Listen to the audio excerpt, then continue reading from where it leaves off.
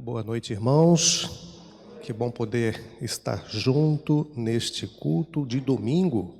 Um culto que é dedicado, à evangelização da nossa igreja também. E você que nos assiste, que Deus te abençoe, que você também seja fortalecido ao estar unido conosco, nas redes sociais. Eu trouxe um tema para a nossa meditação nesta noite, em uma parte do ministério de Cristo. Então você sabe que Cristo, o seu ministério aqui na terra foi descrito nos evangelhos, nos evangelhos. E nesses evangelhos nós tiramos aqui, entendemos que Jesus ele teve fases no seu ministério. Teve, por exemplo, uma época que Jesus viveu em anonimato, mas aí um dia ele sai de Nazaré e vai em direção ao Rio Jordão para ser batizado. Você pode ver na sua Bíblia em Mateus capítulo 3. Irmãos, Mateus capítulo 3, nós encontramos este episódio do batismo de Jesus e algo muito especial aconteceu ali. Que houve a manifestação, da pomba, que na verdade ali o Espírito Santo, e no verso 17 diz que uma voz dos céus, você confirma aí na tua Bíblia, Mateus 3,17, e eis que uma voz dos céus, que dizia, este é meu filho amado, em quem me comprazo.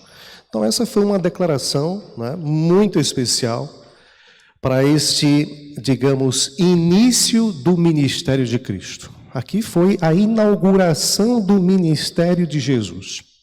Com essa declaração do Pai, houve o batismo, e ele foi então conduzido pelo Espírito Santo ao deserto.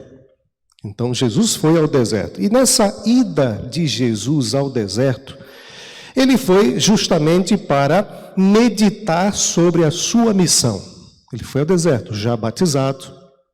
O Espírito o conduziu ao deserto. E ele foi. Jesus, de fato, ele entrou aí numa condição, não que não havia antes, mas mais ainda, porque ele estava entrando na sua missão pública, no seu ministério público a partir daqui.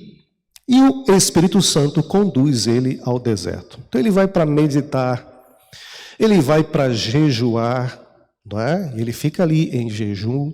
E ele também vai ao deserto para, justamente como sendo um segundo Adão, ele vai ao deserto para redimir a falha de Adão. Porque ele foi lá para ser provado também, para ser testado. E com todas as desvantagens possíveis. Porque se nós analisarmos, formos comparar a tentação que Adão sofreu e caiu, e a tentação que Cristo sofreu, no entanto, ele venceu. Existem muitas diferenças, como também algumas semelhanças, certo? Mas diferenças como, por exemplo, Jesus, ele foi tentado, segundo essa história que nós estamos lendo aqui agora no capítulo 4, Jesus ele foi tentado onde? No deserto. E Adão foi tentado onde? Em um jardim, tudo belo, maravilhoso, perfeito, e Jesus no deserto. Jesus foi tentado sozinho, estava só. Adão estava bem acompanhado. Jesus ele foi tentado, segundo a Bíblia, capítulo 4, verso 2, e depois de jejuar 40 dias e 40 noites, teve fome. Ele foi tentado nessa condição. Adão não, ele foi tentado barriga cheia, não é verdade? Tranquilo, sossegado, ambiente perfeito, fome não estava passando, mas foi tentado justamente num aspecto de alimentação. Interessante. Assim como a primeira tentação de Cristo foi relacionada à alimentação. Então Cristo, ele foi ao deserto, queridos irmãos, para redimir essa falha de Adão, ele como sendo um segundo Adão. Como assim segundo Adão? Porque o primeiro Adão, quando ele foi tentado, ele tinha uma natureza pecaminosa? Ele tinha natureza pecaminosa quando foi tentado lá no Éden? Não tinha. Ele herdou isso a partir dali. E todos que vieram em seguida dele já nasceram com tendências pecaminosas. E assim Jesus também não tinha tendência pecaminosa, não tinha e não tem. Quando ele nasceu, ele já nasceu concebido pelo Espírito Santo.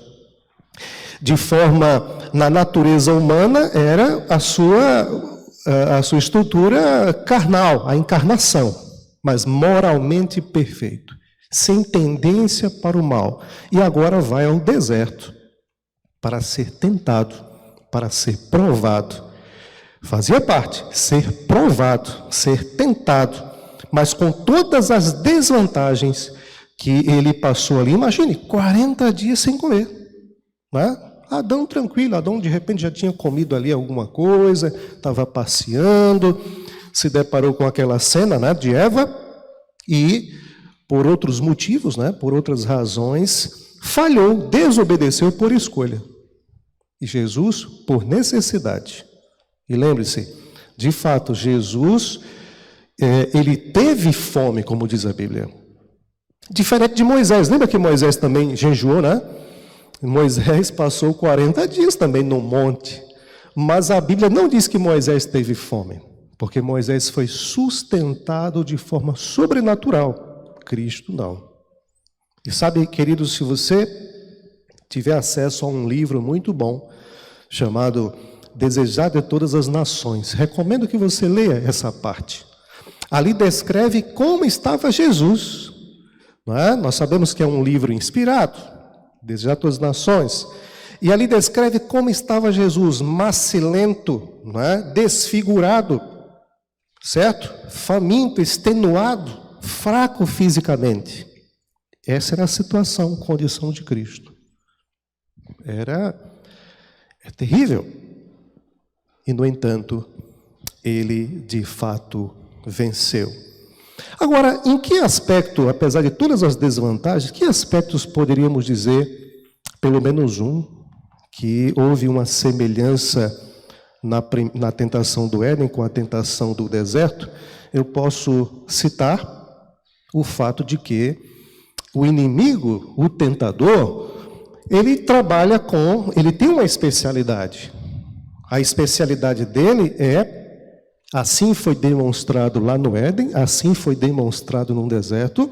Uma das especialidades do inimigo na tentação, na provação, é colocar dúvida naquilo que Deus já disse claramente. Isso é uma das especialidades. E às vezes a gente se depara com isso, né? Algo tão claro da palavra de Deus, mas às vezes o inimigo, ele consegue colocar dúvidas na nossa mente. Ele consegue. Essa é a estratégia dele. Faz parte da estratégia, colocar dúvida. Como assim? Na conversa que ele teve com Eva, né? É verdade, né, que Deus disse, não comereis, é certo que não morrereis. Não é verdade? Porque Deus disse o quê? No dia que comeres, o quê? Morrerás. Tu vai morrer. Mas ele veio com a conversa o quê? Não irás morrer. E aí gera uma dúvida. Mas Deus diz que morre. Ele está dizendo que não. E lá no deserto, para a gente refletir um pouco também, no batismo, Jesus ouviu do céu a voz que disse o que para ele? Este é o quê? Meu filho amado. Essa foi a voz que veio do céu, né? Você lembra? No batismo de Jesus, a voz disse, este é meu filho amado. Foi claro ou não foi a voz de Deus para Jesus? Foi. Mas aí ele é conduzido ao deserto, e lá no deserto ele ouve o que na tentação? Se tu és o quê? O Filho de Deus. Porque a condição de Jesus era tão ruim, queridos. A condição de Jesus na sua natureza física estava tão abatida que ele veio com essa conversa. Tu és mesmo o Filho de Deus?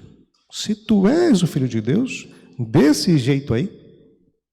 Sabe que o inimigo apronta disso, né? Será que realmente você que tem passado provações, dificuldades, doença, seja lá o que for, eu te pergunto, tu és filho de Deus? O que é que você responde? Não é?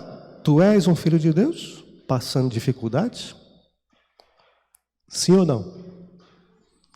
Sim? É verdade. Mas são estratégias do inimigo para enfraquecer, não é? Para nos desestruturar na fé, colocar dúvidas, porque passamos provações, dificuldades, mas essas provações, dificuldades, elas não podem tirar de nós, não é, a certeza que Deus deseja que tenhamos quanto a Ele está atento a cada um de nós, a sermos filhos de Deus. Somos filhos de Deus, mesmo com a doença terminal, está morrendo, é um câncer, e não tem jeito, vai morrer. Tu és um filho de Deus nessa condição? Sim ou não? Sim, e tem que ter fé. Mas o inimigo vai dizer, se tu és filho de Deus, então faz alguma coisa, porque tu não está parecendo um filho de Deus. São tentações que o ser humano passa, mas de fato tem que ter fé, porque como diz a Bíblia, o justo viverá pela fé. Mas eu queria refletir um pouco mais com vocês. Foram 3 tentações, e nós consideramos, essas as 3 grandes tentações. 3 grandes tentações, porque existem tentações diversas. Mas por que 3 grandes tentações? Porque nessas tentações existem coisas muito especiais envolvidas, que inclusive tem muito a ver conosco nas nossas tentações também, nas nossas provações. Quando o inimigo lançou, no capítulo 4, no verso 3, a sua primeira tentação, ele veio, o tentador aproximando-se. Veja que ele vem depois dos 40 dias, Ele está ali, na fase de fome, porque ele não veio no início, mas ele chegou junto ali na fase mais crítica. E no verso 3, ele diz, se és filho de Deus, manda que estas pedras se transformem em pães. Essa é uma tentação. E sabe, querido, essa tentação que veio em cima de Jesus, que começa com a alimentação também, algo semelhante. Por que essa tentação veio para Jesus? Primeiro, porque fazia parte do ministério de Cristo, da missão de Cristo, não fazer nada, ele mesmo fazer nada em benefício próprio, porque ele teria, na missão de Cristo, na missão de Jesus, envolvia ele depender totalmente do Pai. Depender do Pai. Depender, não por ele mesmo se livrar de situações, mas ele teria que depender de Deus, do seu Pai, fazia parte da missão. Então, a gente lembra, daquela experiência também daquela mulher no poço, Jesus chega ali, ele tem sede, está com sede, e ele pede água à mulher. Interessante, o Criador dos mares, na verdade, das fontes, dos rios, ele poderia resolver a sua sede ali. Mas ele assim não fez. Então, fez parte da missão de Cristo viver em total dependência do Pai. Total. Inclusive, essa ida ao deserto fez parte disso. Ele foi guiado pelo Espírito Santo. Agora, olha que interessante, olha que fantástico, olha que forte isso. Ele passa um dia no deserto, porque o Espírito levou para lá. E agora o Espírito não vai me levar de volta? Ele passa um segundo dia ali. E por que o Espírito não me leva de volta? Passa uma semana. Ele passa 40 dias no deserto. E agora vem essa provação. Agora vem essa tentação para ele transformar pedras em pães. Essa tentação foi uma tentação voltada à natureza divina de Jesus. Porque uma tentação dessa, para mim e para você, teria algum efeito? Não, Tem algum efeito? Você está com fome, tem uma pedra do teu lado. Você já começa a ver aquela pedra, parece um pão, né? Então tem uma pedra do teu lado. O inimigo chegaria com essa tentação para conosco? Não. Porque não serve para nós. Mas para Jesus servia. É uma tentação que estava ligado à natureza dele. Natureza divina. E na natureza divina, isso é uma tentação. Porque ele poderia ou não poderia fazer? Poderia. Olhando aquela pedra, que tem pedras bonitas, né? Você olha aquela pedra, parece um pão. Eu posso transformar ela em pão e saciar a minha fome, porque ele estava com fome. Foi uma tentação, mas essa tentação envolvia Jesus deixar a dependência do Pai. Então, essa tentação, se Jesus caísse na tentação, seria pelo fato dele deixar a dependência do Pai. E aí ele fracassaria na sua missão, tendo direito a comer. Ele tinha direito a comer, estava com fome. Mas se ele fizesse isso, ele estaria escapando da estratégia da missão de Cristo, de depender só do Pai. E ele teria providenciado algo para si, sobrenatural, de forma sobrenatural. Então foi uma estratégia. Agora, devemos ficar atentos, porque nessas 3 grandes tentações, que estamos na primeira ainda, essas 3 grandes tentações, o inimigo ele também trabalha estratégias semelhantes para conosco. Se Jesus ele foi tentado a agir de forma independente do seu Pai, nós também somos. Nós também somos tentados assim. Nós, filhos de Deus, que cremos em Deus, pode ter certeza. Hoje mesmo aconteceu isso. Você foi tentado. Você é tentado a agir independente de Deus. Essa é uma grande tentação. Agir independente de Deus. Quando eu decido viver, quando eu decido partir para a minha vida do dia, sem primeiramente buscar o Senhor, já é um ponto. Já é um ponto. Quando eu esqueço de Deus, quando eu não tenho Deus em primeiro, quando eu não faço o meu culto, quando eu não faço a minha devoção pessoal, quando eu não busco ao Senhor nas minhas decisões, quando eu não busco conselho em sua palavra, não é? Então, assim como Cristo foi tentado a agir de forma independente, nós também somos tentados a agir de forma independente da vontade de Deus. E aí, esse é um ponto especial, né? E olhando um pouco sobre a tentação de Jesus, ele foi tentado em algo muito básico da vida humana. O que seria esse básico? Alimentação, comer. Tem coisa mais básica do que isso? Do que a alimentação? A tentação, não é? Ou seja, a prova da dependência e independência foi no aspecto mais básico da vida, digamos assim, que é a tua sobrevivência. Olha que interessante. Na sobrevivência em relação a comer um pão. Mas será que Deus é tão radical assim mesmo? Será que é assim mesmo? Jesus disse, como resposta a essa tentação, não só de pão viverá o homem, mas de toda palavra que procede da boca de Deus. Isso é fantástico. Sabe, irmãos, é esse Jesus que nós adoramos, não é verdade? É esse Jesus que nós celebramos o seu nome e devemos fazer. Com força, com vontade, adorar esse Jesus, porque ele venceu, ele renunciou tudo, né?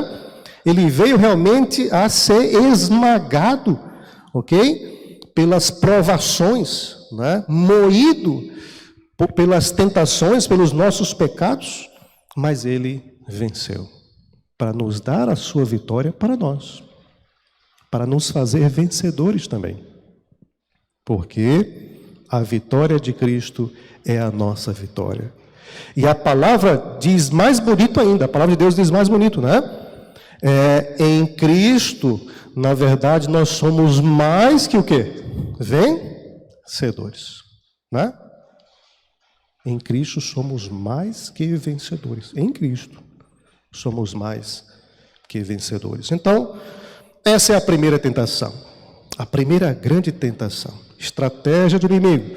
Tirar Jesus da dependência. A estratégia conosco é a mesma. Ele quer tirar nós da dependência do Pai. E esse é um problema. Devemos ficar atentos. Será que eu estou vivendo na dependência de Deus? Ou na independência? Ou nos meus planos pessoais? Nas minhas estratégias? Devemos ter cuidado. Né? Devemos ter cuidado. A segunda tentação, no verso 6, que é dito, né? E lhe disse, se és o Filho de Deus, se és Filho de Deus, atira-te abaixo, porque está escrito, aos seus anjos ordenará a teu respeito que te guardem. Então, está aí a segunda tentação, isso no verso 6. Então, veja que o inimigo colocou aqui nessa tentação uma roupagem religiosa. Ele leva Jesus à cidade santa, como é dito aqui, né? Coloca Jesus no pináculo do templo e ainda cita as Escrituras. Ele coloca uma roupagem religiosa nessa segunda tentação. E ele desafia Jesus em sua tentação que ele se lance. Sabe por quê? Porque está escrito, tu és o Filho de Deus, está escrito que se você se lançar, ele vai mandar anjos para te segurar, para te guardar. Mas foi uma estratégia interessante também, porque nessa estratégia do inimigo, ele distorce, né? Ele tira a Escritura do contexto. Ele faz ali uma heresia, né? Porque Jesus rebate a tentação, dizendo que, né? No verso 7, Jesus diz, também está escrito, não tentarás o Senhor teu Deus. Então, Jesus rebate a tese, a teoria falsa de Satanás com a verdade. Não é assim, não. Existe essa promessa na Bíblia que Satanás colocou aqui na tentação? Existe essa promessa? Existe. Existe.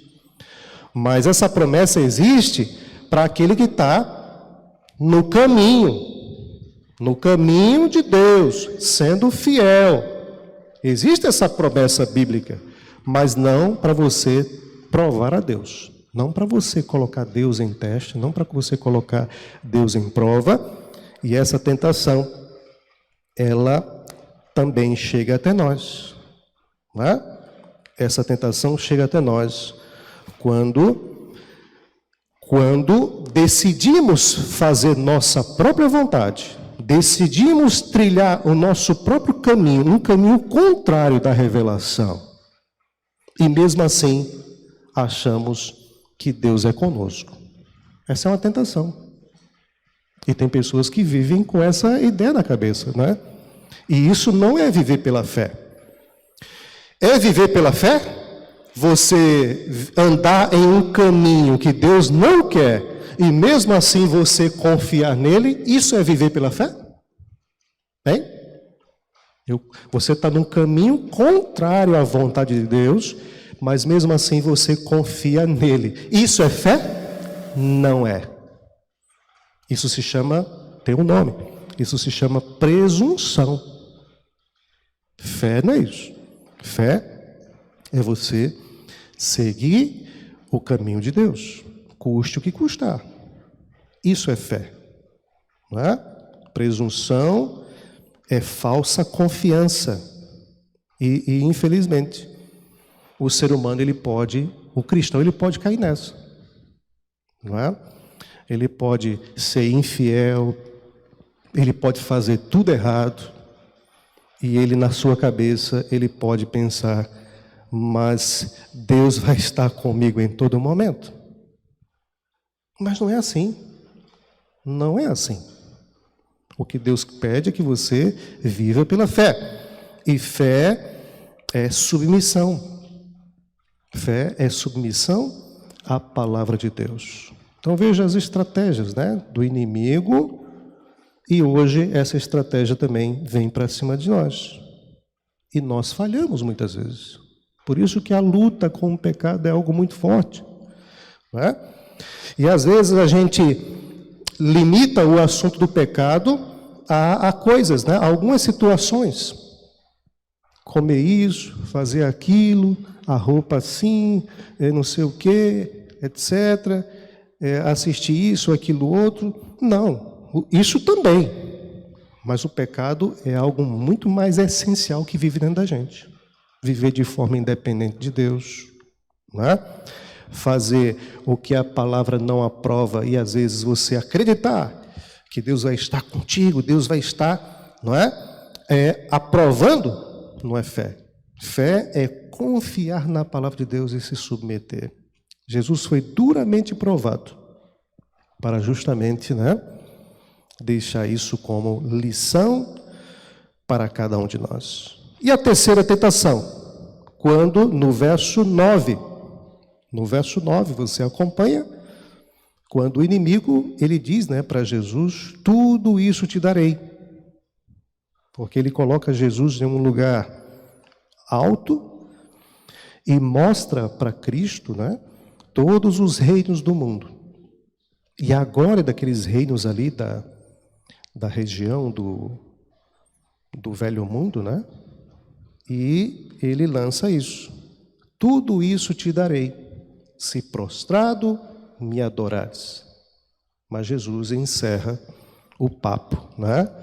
Dizendo, retira-te, Satanás, porque está escrito, ao Senhor teu Deus adorarás, e só a Ele darás culto. Então você vê mais uma estratégia. Por quê? O inimigo, ele sabia, irmãos, ele sabia que fazia parte da missão de Cristo resgatar o mundo, salvar o mundo. E na visão do tentador, o tentador achava que ele, de fato, era o dono do mundo. Porque o mundo estava em pecado. Todo mundo rebelde, todo mundo em pecado. O inimigo, ele se achava o dono do mundo. E Cristo, de fato, ele veio resgatar o mundo, salvar as pessoas desse mundo, livrá-las do pecado. Mas o inimigo joga aqui, em sua estratégia, um atalho. Um atalho. Porque ele sabia que no plano para salvar este mundo, havia no caminho de Cristo uma cruz, havia um sacrifício, havia uma morte. Mas ele oferece aqui um atalho interessante. E o atalho qual é? Tudo isso eu vou te dar. Tudo isso te darei, se você se prostrar. Algo tão simples, né?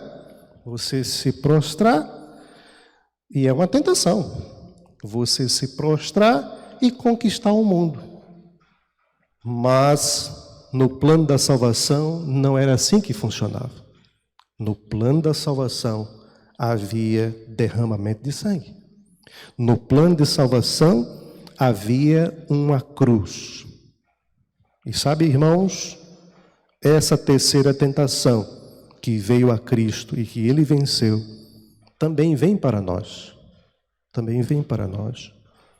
Nós também somos tentados, irmãos, a viver uma fé, a viver um cristianismo, nós somos tentados a viver um cristianismo sem cruz também. Sem cruz. Tá? Sem renúncia. Porque o que significa cruz? Cruz é entrega. Cruz é renúncia. Você lembra que Jesus, ele disse, né? Aquele que quer vir após mim, aquele que quer me seguir, a si mesmo, o quê? Se negue, né? Tome a sua cruz e siga-me. Então, isso é o cristianismo.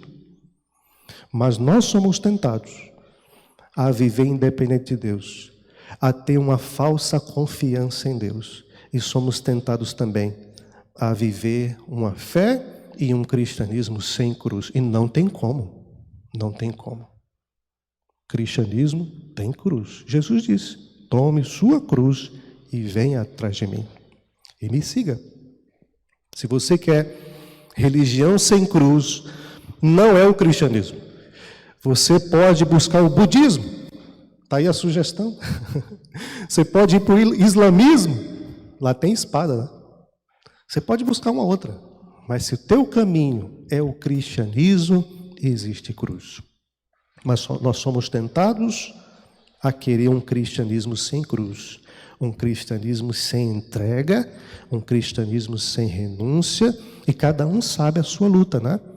A sua luta pessoal. Mas o importante é que o Espírito Santo vai nos guiar, né? O Espírito Santo vai nos conduzir para a vitória também em Cristo Jesus. Não tem como passar esse relato da tentação. Eu gosto dessa parte do verso 11. Você que está com a sua Bíblia aí acompanhando, Mateus 4, o verso 11, eu gosto dessa frase, desse texto. Eu acho ele muito bonito, especial, que diz assim: com isso o diabo o deixou, e eis que vieram anjos e fizeram o quê? E o serviram. Eu gosto disso aqui. Como é legal isso? Aquele Jesus que foi submisso, não é? Foi na dependência ao deserto e virou um dia lá sem comer. E virou 2 e 3, 40 dias, foi tentado e venceu. E quando ele venceu, os anjos vieram. E Deus disse: agora vai lá. Ele está lá na dependência total. Vai lá e serve ele. Imagina o que Jesus comeu. Não é verdade? Coisas maravilhosas. Como deve ter sido fantástico essa cena daquele Jesus com fome, macilento, fraco, ter o cuidado daqueles anjos.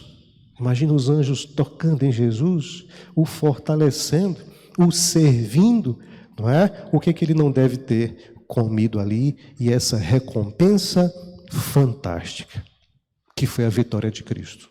Eu quero dizer para você que essa vitória de Cristo, ele venceu para nós. Ele poderia não ter descido, ele poderia ter continuado no céu, ele poderia ter dito o seguinte: não, esse mundo não tem jeito, vamos deixar esse mundo para lá, ou vamos destruí-los e vamos criar um outro. Mas não, ele passou por tudo isso, não é? Para nos dar a sua vitória para nós de presente. Porque a vitória de Cristo é a nossa vitória. Você é salvo pela fidelidade e pela vitória de Jesus. E assim também, nas nossas provações, nas nossas lutas, seremos recompensados, né? Não por nós, seremos recompensados pelos méritos do nosso Salvador. Ele venceu e ele venceu para vencermos também. Que Deus nos abençoe. Amém. Querido Deus, a nossa gratidão pela vitória de Jesus, conforme descrita nos evangelhos, e de forma especial o relato da tentação, que ele preferiu viver na dependência, ele escolheu viver pela fé e também não renunciou à cruz. Ele viveu a sua vitória, passou por uma cruz. E assim também, Senhor, nos ajuda a cada dia a vivermos na Tua dependência, a também trilharmos sempre o caminho da fé, da confiança em Tua palavra, e não querer viver um cristianismo sem cruz, mas um cristianismo de entrega, de renúncia e com certeza também de vitória em Cristo Jesus. Pedimos o perdão por nossas falhas, nossos pecados. Abençoa a Tua igreja. Por Jesus. Amém.